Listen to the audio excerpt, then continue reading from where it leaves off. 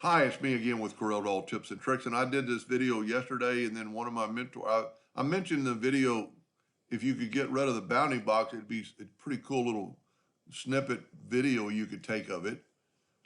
And his suggestion is perfect. It just group the smaller item with a bigger item. So that way, when you've got it grouped and you zoom in on the smaller item and you rotate it 5 degrees, and then you Control R, you get that. I think we could actually probably get rid of this X by clicking off of it and Control R, but let's see if we can't do that. Because all we have to do is click on one, Control R, and do the rotation. You've still got an X there, but we might be able to solve that.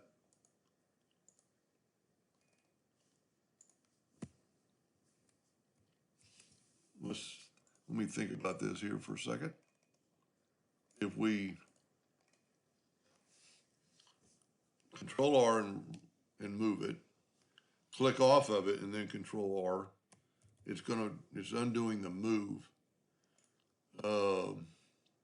Wouldn't be a terrible thing to have the little X in there. You know what? I wonder if we can grab the other one, grab the blue one. Still going to be an X, even though it's in the back of the page. But that's what we're getting at.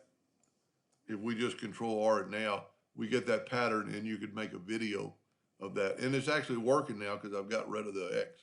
And if you move your magnifying glass out of the way so there'd be nothing else on the screen, that'd be a pretty neat little video clip it. Anyway, I hope that helped a little bit. Thank you for watching.